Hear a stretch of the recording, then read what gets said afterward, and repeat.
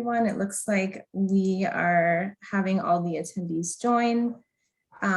So happy to have you guys here. My name is Sarah Sanchez, and I will be moderating today's conversation with our wonderful panelists. I want to just start by setting the stage and thank you for joining us today. Big shout out to Candace and the Austin Design Week team for all the effort that went into coordinating this and all the sponsors involved as well. We're really excited for this to be an interactive conversation, so please be prepared to share and participate so we can make sure that you get the most out of this conversation today. I already see that somebody has their hand up. It looks like it's not sure who it is, but feel free to ask a question if there's something that you wanted to come off mute to ask. Do that. And you are also welcome to, you're also welcome to drop it in the chat. Yes, I think some of us had trouble getting into the meeting, but I'm glad you're all here and we're just gonna go ahead and jump in. If you do have a question, feel free to raise your hand. I'll try to monitor the chat or just type it into the chat box and we will answer it for you all. So I'm just going to go ahead and get us started on our content and just wanted to set the stage and say that, all the people that are joining us today, I'm hopeful are joining us because they're really interested in learning about how to design the future of work. And as we think about that, I think we all know that we're at a point right now where we're really witnessing some pivotal changes in both the way that we work because of the pandemic and many of the ways that changed our lives in almost every way we can imagine. And also in the fact that the next generation of workers really reflects a multicultural, intersectional background. And in many ways, the 9-to-5 workplace and 9-to-5 workday will no longer exist when we think about the future. So between those global shifts that were brought on by the pandemic and the evolving demographics of our nation in particular, but also around the globe, along with really the non-negotiable expectations for equity that so many employees now really embrace, it's paramount for leaders to prioritize their people. So it's not just an option that is a nice to have, but it's truly the success or failure of a company is at stake. So that is kind of the backdrop for this conversation. And I will go ahead and start sharing my screen because I want to make sure I give a chance for all of our excellent speakers to introduce themselves. And just give me 1 second while I do. Candace, I think you have to make me a co-host so that I can share.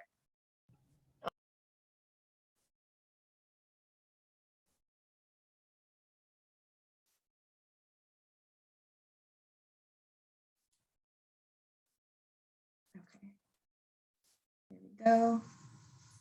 Everybody see it? Awesome. So I already started talking to you all. My name is Sarah Sanchez. I'll be moderating this conversation and I'll turn it over to Kristen and then Jake and Tamara to introduce themselves as well. Hi, everyone. Kristen Hines. I am a managing director in our talent and organization practice, and I lead our global inclusion, diversity, and equity practice. So helping our clients on their I&D journey and spending my days on this very topic. So look forward to digging into that today. Jake. Thanks, Kristen. Hey, folks. Jake Brody. I lead what's called our Accenture Interactive business in the South market unit, which has the funny geographic nature of Maryland to Florida, Texas, and all points in between. I've got a whole team of creators and designers and ad folks and builders, many of them in Austin themselves and across this part of the country, and excited to be here to have this conversation with you. Tamara. Yeah, thanks, Jake. I'm excited to be here with you also. I'm your Austin native. I run our Austin office here for Accenture, and I'm excited to be here. We are 5,000 strong employees here in Austin. And so I think this topic is really relevant and important to all of us. And I'm excited to see what we're gonna have to share and hear your questions. Awesome, thank you all. So we're gonna actually start off hearing a little bit from you. I would love for everyone to just go to menti.com, and I have this code here, 22471312, and I would love to hear kind of what you do in 1 to 3 words.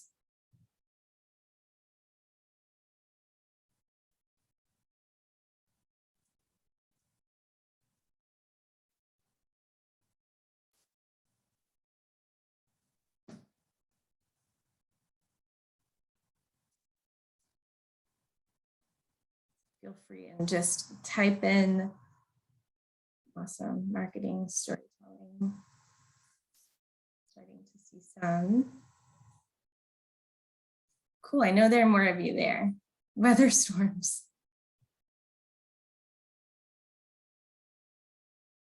Love it. There's always a cat wrangler out there. I love it. I'm in the weather storms camp. It's just one. You're the weather storm creator, Tim. Yeah. I feel like I'm definitely a cat wrangler. Awesome. Creative. I love it. Strategist. Yeah. Storytelling, extremely important. Collaborate. I love this. Awesome. Marketing and promotion, an entrepreneur, maybe a couple of entrepreneurs. I love that we have people kind of all the way from student to senior designer. So we will definitely keep that in mind. Thank you all for sharing. This is really helpful as we shape our conversation to really meet your needs. We will ask you to continue to contribute. So please be ready to continue sharing. Gonna jump back to our presentation. And I'll go to Kristen first.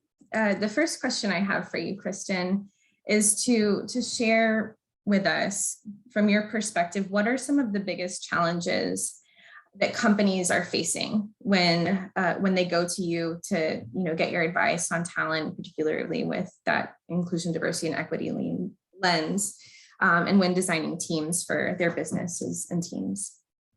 Yeah, and would love to see in the chat, the questions you all are facing too, so we can certainly layer that in. But really the conversation becomes, everyone is aware of this, what was called unprecedented times and what we thought was a period of time, but continues to go and will go for a while of defining and redefining our norms and expectations. So there's the backdrop of everything that's happened in society from really George Floyd's murder on, and all of this, the social reckoning that's come with that really across the globe. Add to that then this kind of return to work in whatever version that's going to look like of hybrid, flexible, still to be defined, and the multi-generational workforce, right? So each of those layers creates its own complexity as you think about how are you designing for the future, where work happens, how it happens, and what is the role that inclusion, diversity, and equity is going to play in that for your organizations. And that's a really, those as a single standalone item would be challenging for anyone to deal with. And then when we layer all of those together, it creates really complex situations. And so we're having conversations all the time that says, how do we solve for this? And the clients that are really taking it seriously and are forward looking are saying, how do we solve for this in a sustainable way? So it's not just statements or donations or contributions we're making for a point in time, but what are the processes or systems that we're going to put in place so this has some stickiness and longevity as we think about systemic processes, the ways we're creating equitable and fair environments, and how we're going to help our people feel like they belong and like they're included in our environment. So that's kind of a broad backdrop, but it's all of those components that our clients are dealing with and saying, how do we stitch them together in a meaningful way? You're on mute, Sarah. Thanks. That definitely makes sense, Kristen. And I think it actually kind of steers into one of the questions that came in through Q&A, and I know that Jake might be able to address, but now that we've talked about those kind of big picture challenges, I'd love for you, Jake, to talk a little bit about how you see those come to life on your teams, particularly for people that work in creative fields. And the question that came in through the Q&A, thank you for using that, is particularly around automation and how that might impact business leaders and employees, and particularly as it relates to designers in their career path. Sure, no, sure thing. So I think that's interesting that I find take a lot of joy in the work that I'd say creatives, designers, experience sort of led folks do, is that we do it through the lens of the human experience. And what does that mean from an outcome standpoint? What does that mean from the way people engage with brands, with consumers, with their societies, with governments, whatever it is? And I think the challenge we've seen through the pandemic is that for us to really get a deep understanding of those human wants and needs, you want to be able to sort of communicate and connect with those people, right? Whether it's through the variety of research that we like to do, testing of various designs, or creative content. And what the pandemic has led us, this massive sort of quick move to digitization, to automation, is how do we find that balancing act, right? How do we take advantage of the power of technology to enable us to continue to bring forward, human-centered solutions? And so I think there's been one lens we could be fearful of automation and technology, and the other lens we can say, hey, how do we take advantage of that in a way that amplifies and gains greater insight into customer and human behavior that helps us make, the things that we want to do, the things we want to create, even more impactful. And so I think in a couple of ways from a broader career path, I think for creators and designers and builders to really embrace the power of technology as a way to further amplify our impact, and to continue to infuse, I'd say, empathy and purpose into those capabilities and offerings, right? So let's not forget the human lens, and let's not let technology override what really matters in the way that we engage and in the way we communicate with each other. Thanks, Jake. And Tamara, I mean, you're really the expert in this when it comes to Austin. And I know that having, grown up there, you've also seen how much Austin has changed over time. And I think that this question is, in many ways, really at the heart of it. Like, so much of the growth is coming from new tech companies that are moving to Austin. Talk to us a little bit about how you're seeing those changes manifested in the local community. And what are some things to consider? Yeah, absolutely. I mean, I think, I was joking with y'all earlier, right? I'm a born and raised Austinite, so I feel like a unicorn in my own city, which is always interesting. But the growth has been great in the sense that it's created opportunity, right? And that opportunity has been in a lot of specific areas, right? We've seen a lot of growth in health, and then we've seen a lot of growth in technology. So going back to Jake's comments around the type of jobs that have come to Austin, developers, creators, marketing, branding, right? Web developers, like you've seen all of that really manifest.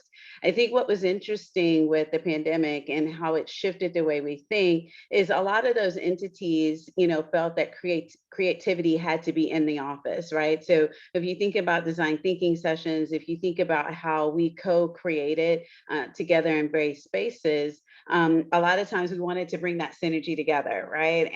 And so you saw a lot of innovation centers and on all of those, and we were the first, right? Accenture was the first in creating the innovation centers. And I believe in those, but I also think what the pandemic did is introduce disruption in terms of how we all interact in our space. And I think in Austin, you saw that manifest, like people immediately started to think outside the box in terms of how do you co-create from a virtual perspective? What are the tools? What are the technologies that you utilize to do that? And then I think everybody was just excited not to have traffic, right? So you could actually be at home. Then I think you had the opposite problem of it became so much interaction virtually that you started to feel stunted mentally, and you're like, well, I need my human connection. Back to what Jake just said, where are my humans? I need them. So I think when we think about the future of Austin, what you're going to see is the dynamicness of both. I think you're going to see a difference in the future of work in terms of how we think about our space. If I think about the Austin office, it was interesting. And I think we just got lucky, right? We had just finished a major move. Like I said, we had bought it, we moved into a new space in Austin on Congress. We had just finished a major build out. And in that build out, our sole purpose was to create a first floor that was for co-creation, and it's for creative co-creation. In Austin, we have a lot of resources that are in the digital space and the branding space and the web space, right? And we wanted to create an environment where we had a floor that actually, we have a floor in our office that has no desk, right? The sole purpose is to bring people together in different configurations and iterations to do demos. You're gonna still need that space, right? You're gonna still need the ability to bring people into a conference room and do the great ideation that's out there. But in the same token, we've had to think about how to enable people virtually. And so what I think is cool about us is I think that's what you're gonna see manifested across Austin, is that ability to be dynamic in both sides. And then anybody that works in a technology world or corporate America that's all digitally inclined today are gonna see that same mix of happenings, where they're going to have to think about how to meet the need of their employees for flexibility and the dynamicness that they need to operate and support their day-to-day, but also that everybody needs in terms of design thinking and co-creation. So I think all of that will mix in, and I think that you're already seeing that in Austin, and it's going to be an interesting balance to see how that plays off when you think about the industry segments we primarily have here. Thanks, Tamara. Yeah, I'm really curious. I know that people are able to join us from everywhere, but for those that are attending, how do those challenges that Jake and Tamara just mentioned, how do they show up in your work and in your life? And I do have another mentee for this, so if you would kind of stay on the same screen and just answer those questions, I'd love to hear how that has kind of manifested itself in your life. And Sarah, while the mentee's going, I think it's interesting that you have a new question out there, and it kind of aligns to this very conversation that you're asking on Menti. Yes, exactly. We do have another question in the Q&A to your point, and look forward to hearing responses to that in just a moment.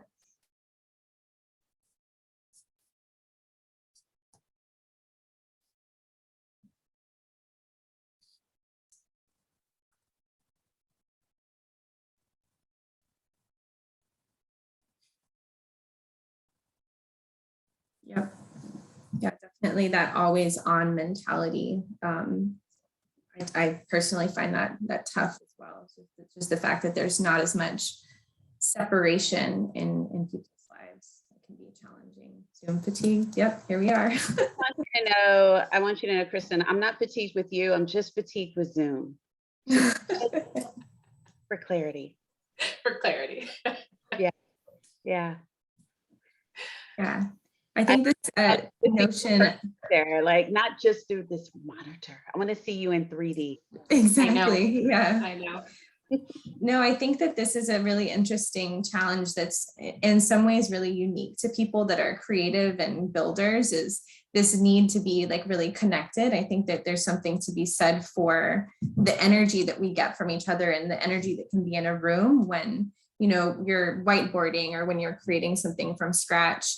And then, balance that with the people that are on the other side of the fence who really don't like to go into the office. And I think from a leadership standpoint, it can be really challenging to figure out what the right balance is. And if it's just, simply more flexibility, it's definitely a question that has quite a few nuances. And thank you all for participating. This is really helpful. And I'm just scrolling down so we can see the newer answers. Yeah, what's interesting is you look at some of these, some of the Accenture research that we did actually shows how drastic these lines are cost generation. And I am a Gen Xer, and I am squarely in my Gen X data where I'm okay at home. I have a good setup. I'm comfortable. I've been in this game a long time. I know people. I'd love to see you, but I don't need to be in the office every day. But you think about, Gen Zs or some younger millennials, and they want that connection. They want to be in the office. They want to drive collaboration.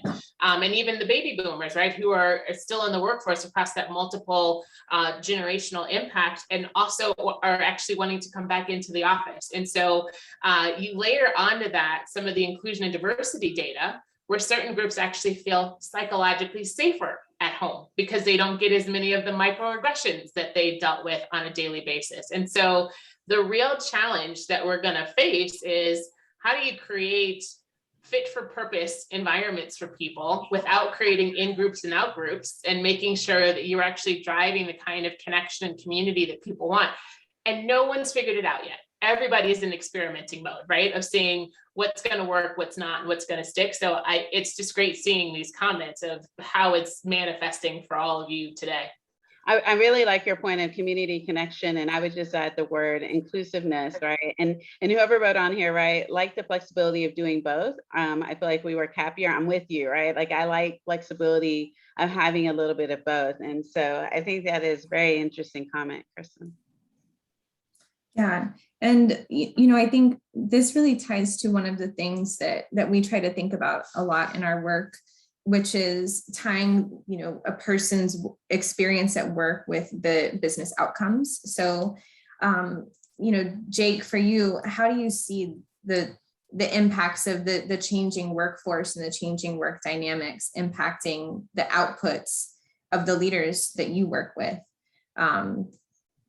No, I appreciate that, Sarah. I think the conversation we just had coming out of the Menti poll is insightful and helpful. If you think through, to even Kristen's point around some parts of our teams feeling more comfortable working from home, it's a little bit of I'd say there's this opportunity around driving greater equitable impact because of people's ability to sort of, focus on the outcomes, right? We're all in professional services. We sort of let the work, we want to let the work prove our value. And the pandemic has given some population sets even greater opportunity to say, hey, I've been able to demonstrate my value through the work that I bring. And in today's sort of digitally enabled, digitally led environment, having that level of digital fluency and being even more skilled has allowed folks to sort of be more impactful.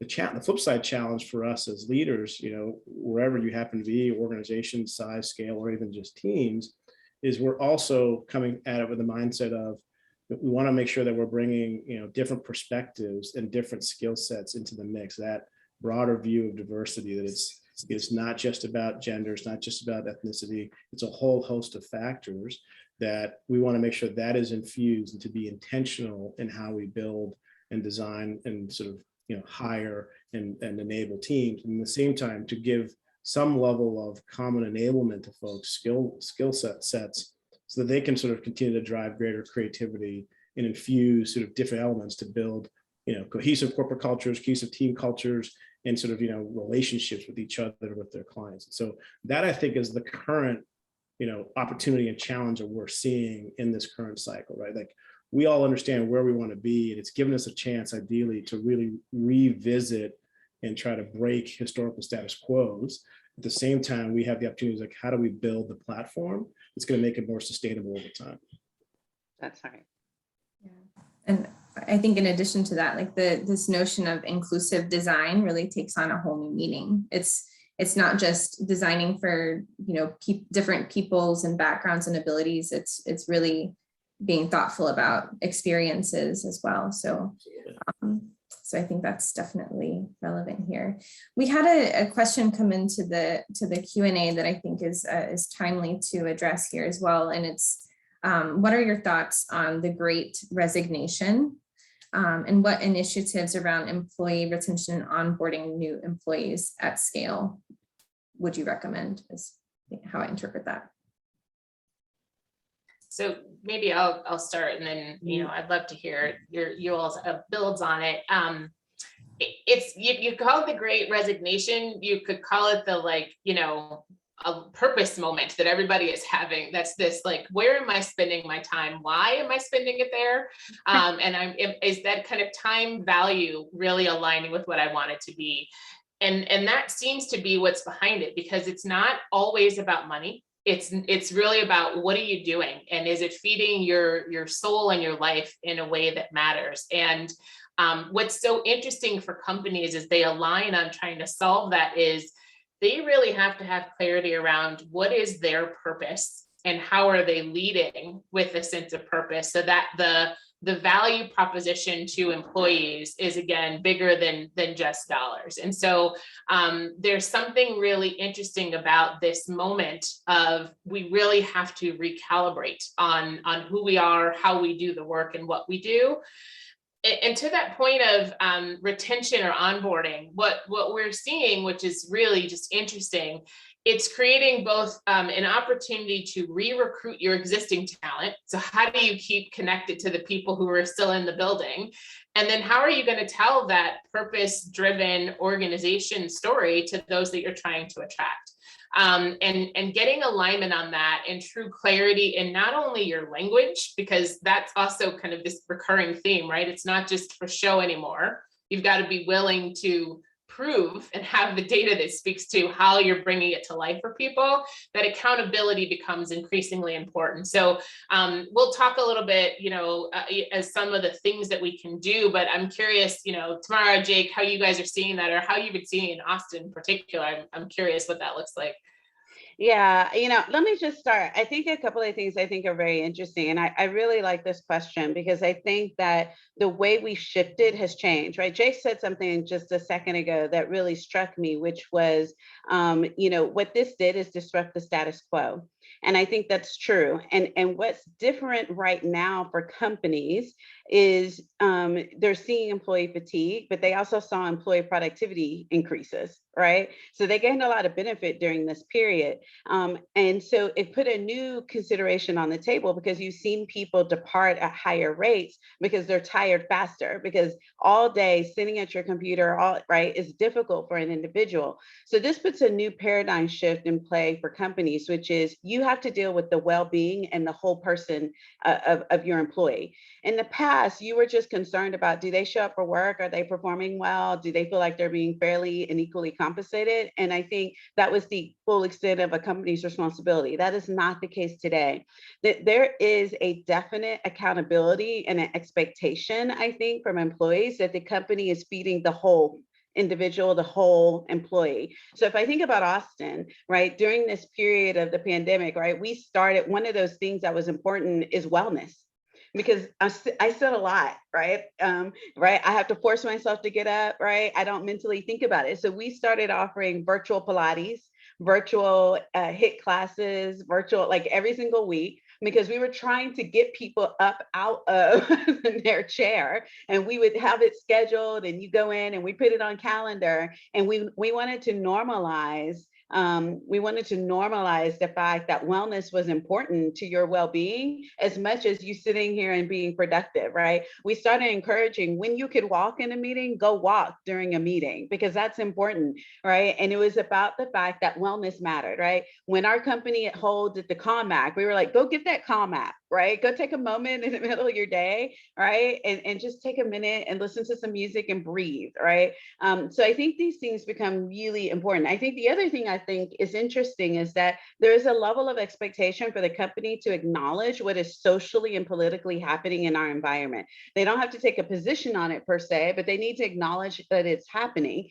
And so for the first time, right, last year, we did our Standing Against Racism town hall.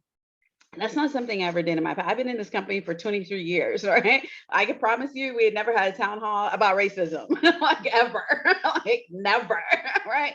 And so that was a big deal. That was a big deal for us as an office, and so again, it was because people wanted to have voice. They wanted to give voice, and they wanted to give opportunity to voice on what was socially impacting them, because there could be an impact on how they showed up for working every day and how they interacted at working every day. And so the full acknowledgement of that, to me, was a major shift. So I just think today, you can't just talk it. I think you said that, Kristen, right? You can't just talk it. Like, you actually have to have some action, some show up, some other things to help people deal with the reality of fatigue, the reality of virtual fatigue, the reality of wellness, the reality of their social impact. And you've got to think about, as a company, how are you going to do that? ERGs, employee resource groups, have been very important to the well-being of the employee. So there's just things that I think you have to do as a company today to to show up if you want to keep your employees, because if you don't, someone else will, you're not going to have them. And I do think that is a new normal expectation today. I'm gonna hand it over to Jake. No, it's all of what Tamara just said and then some, right? And I think in addition to that, we're all about the work again. I mentioned this earlier, and I think what our employees and each of us, we take a lot of value in the work that we do, for our clients, in our communities, with each other. I think even more so that sort of drive for purpose, not just for the purpose of our company and the service of our clients, but can we help society? Can business be a force for good? Can we help our clients continue to move towards purpose? What does that look like? And so you start to hear more and see more about, what does sustainability mean, right? What does diversity and inclusion mean?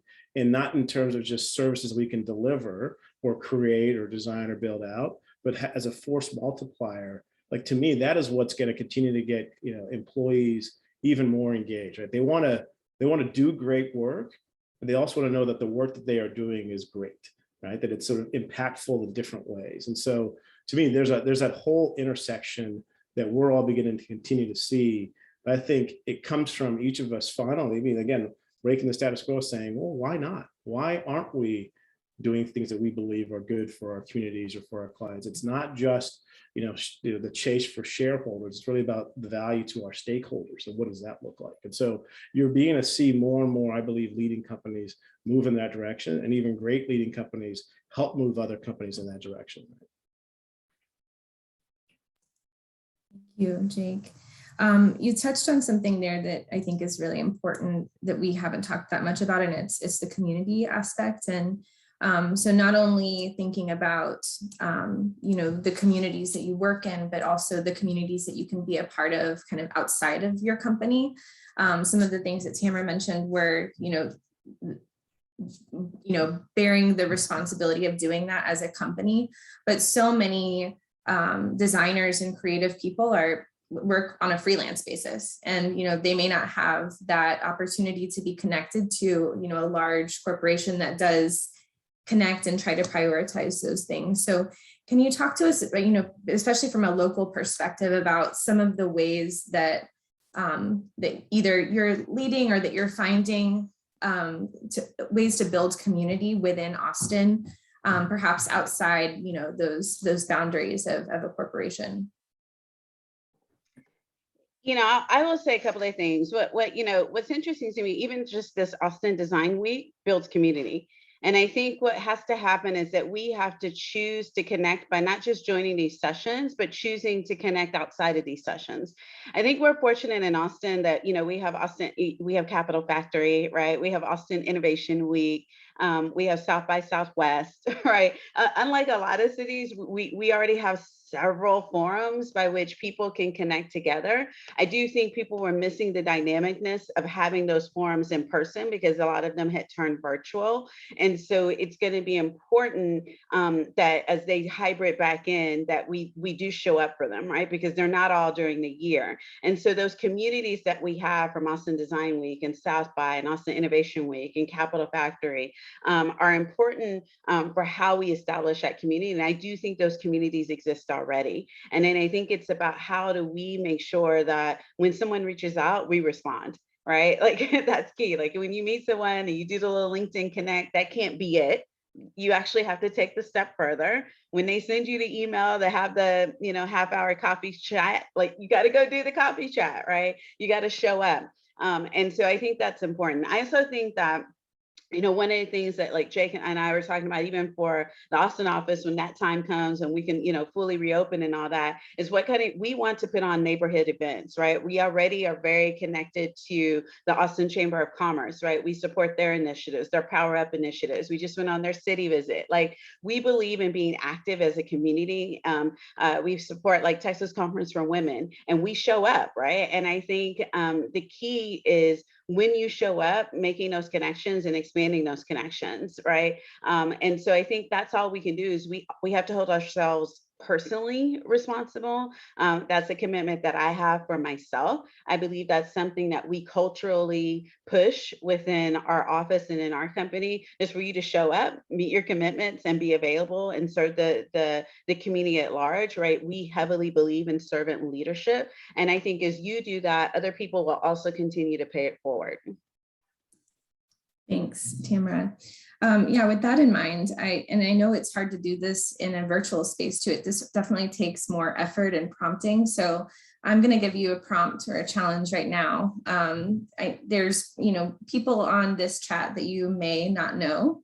And in your chat box, you can send a message to someone, either everyone or, you can choose a name. So I challenge you all to choose a name that you do not know.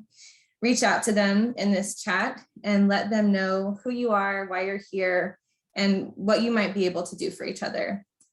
I won't be able to see if you do it because it will go directly to that person. But if you don't feel comfortable with that, then definitely, to Tamara's point, make those LinkedIn connections, build that community with each other. I'm hopeful that, people here are here for the same reasons, and hopefully we'll want to connect with each other.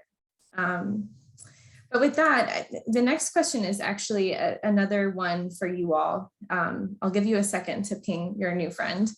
And while I go to my screen, we're going to go back to Menti. And the question for you to answer is, what are some of the ways you want to get involved in designing the future of work?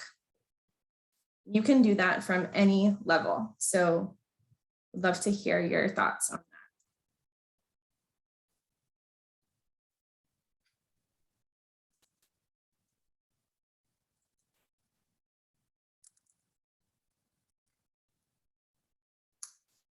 This, we already have one answer. This person's quick. Awesome.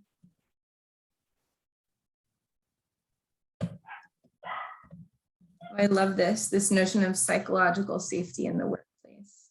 Definitely something that's so critical, having a voice in the conversation for sure. I'm a big believer, Sarah, in psychological safety. I think it's something as leaders we are obligated as individuals on teams to help promote. And what I love is that the language is evolving to that. It's not the same as an engagement score, right? It's not how engaged are you. It actually is how safe do you feel, and how can you show up to be yourself. So I love that people are embracing that language and that concept. Yeah, we have this thing, right? Was it safe, heard, seen, connected? Is that right, Jake? That's exactly right. Yeah. That's exactly right. Making sure we're all safe, heard, seen, and connected. And it's to your point, Tam, earlier on the wellness of staying connected. I mean, I hosted a meditation session at 1 o'clock this past Wednesday, and folks from all over the business joined in, right? It's like, how do you give people an opportunity to engage? And we will eventually, I don't know about the Gen Xers like myself and Kristen, go back to offices. You can see I'm sitting in my home office, but we will eventually be in those spaces. But how do you structure them so that people feel like it's not a point in time in the morning to point in time in the evening, all day kind of use of space, and what does work look like? And so I think there's still more change to happen, but we're now, I believe, and I'm encouraged by we're hearing, not just listening to people's concerns. Right? Yeah, that last point you just said, Jake, there's a lot of comments around that, like having a voice in the conversation. You've got to give people an opportunity to express that voice, and then to your point, listen to it. And I think that's going to be key for employers, not to just do that at the leadership level, but all levels of their organization. Because to Kristen's earlier point, their demographic, their age group, like their generational represent, like all of that might be a different point of view, and you got to solve for everybody. I love that point though. This is not a management thing. It is a human person thing that you have to do to drive connection, and that responsibility of everyone for everyone, I think, is one that's going to continue to be enforced, because it's not a leader thing only. It is a colleague, coworker, everyone, get involved and help to drive that. Love that point. Absolutely. Well, with that, and thank you all for sharing some of the ways that you want to get involved and will get involved. I'd love to hear kind of your closing thoughts, panelists, on the top 2 to 3 things that you think creative business leaders must do to increase the levels of belonging and inclusiveness for their teams. I'm happy to start. So, me and the research, right? But we actually have been doing a lot of studying on this. And, Tamara mentioned it earlier, this idea of caring for a whole person. There's this concept of leaving people net better off. And that is, are you actually thinking of their whole selves, and how do you solve for that? And those dimensions, it's emotional, relational, physical, purposeful, employable, and financial. Meaning you can't just look at, like, am I getting paid and do I have a job? It is, how are you solving for my mental health and well-being, the physical space, my personal development, the impact we're having as a company. And when you think about solving for those things, you actually unlock 5 times the potential of that person, because they really feel like they can be their whole selves. And what's interesting about this is that if you actually bring that to belonging, there are, I'm going to up your 3, Sarah, to 4, but there are 4 things that we found that if people do this every day, and it's not thinking about inclusion and diversity by all of the groups and categories, but really the person to person connection that I can make, that if you do 4 things, that you're going to create a sense of belonging. So the first one is empowerment. Kind of going back to what you just put in the chat there, Tamara. It's like, do people feel heard and seen? And do they feel like they have a voice and a say in what they're doing? The second is communication. Are you being transparent and sharing relevant and helpful information with the group of folks in a regular way that they can connect with? Do you have a sense of diversity in your organization? So how are you showing up? And it's not just what you look like. So much of diversity we overlook, because particularly in the US, we're so focused on what we look like. There's so many layers of diversity to help people feel connected. And so when I show up to a conversation, am I being inclusive in my language? Am I being inclusive in inviting people in the conversation? And then the 4th one is customer centric. Am I actually thinking about driving a customer experience? And the beauty of that is, regardless of who your customer is, if you work internally in an organization and your customer is another colleague, or if you are thinking about externally facing, how are you of service to someone else? If you can help on a personal level and on an organizational level solve across those 4 things, you are making the mark towards inclusion and belonging and helping people feel seen, heard, and connected. I'm probably missed one of 4th one, Jake. Safe was the other one, yes. But it is building those pieces. So I will pause there and love to hear from Tamara and Jake. But I think those 4 things you've seen are really instrumental in creating that sense of belonging. All right, so I think when I think about inclusiveness, for me, it always goes back to voice. As an African-American female, I feel like for the majority of my life, I was always fighting for my voice to be heard and not judged. I wanted it to be heard without unconscious bias or any other related points of view. I just wanted it to be heard as a person, as a human expressing a point of view. And I think the other piece for me is, a lot of people always say it's about having a seat at the table. But if you have a seat at the table and your voice is not heard and respected, what's the point of the seat? And so it's about being in the room. Then it's about being at the table. Then it's about when you speak, people genuinely want to hear what you have to say and they respect it. Now, that doesn't mean they have to agree with it, doesn't mean they have to like it, doesn't mean they have to do it. It's about the fact that you genuinely listened to what was contributed and you received that, you acknowledged that, and you gave that affirmation back to that individual. independent of who they are, what level they are, what ethnicity they are, what gender they are, whether they're married or single, married to this person, married, like regardless, like from this city, went to this school, you know, always wears green, like just a human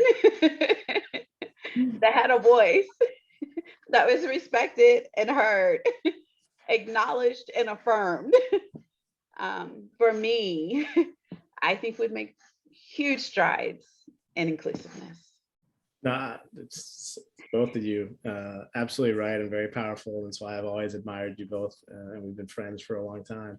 I'll add and let Sarah close. I think in the one hand, we all need to be willing to give, a good colleague of ours always says this, the space and grace for others to be heard and to be listened to. At the same time, we need to also expect to also be given the space and grace for us, each of us, to contribute in our own ways. And I will amplify by, I also believe, and I think many of us are doing this and take it forward, is to continue to be intentional in changing the way business operates, the way whatever it is, brands, processes, procedures, societies are designed, because that's how we're gonna sort of change the way the world works and lives, but also really break the status quo that has been disrupted. And so I leave with, I always look at it from the standpoint of from both an inclusion and a diversity standpoint, to be proactively intentional in making change happen. Back to you, Sarah.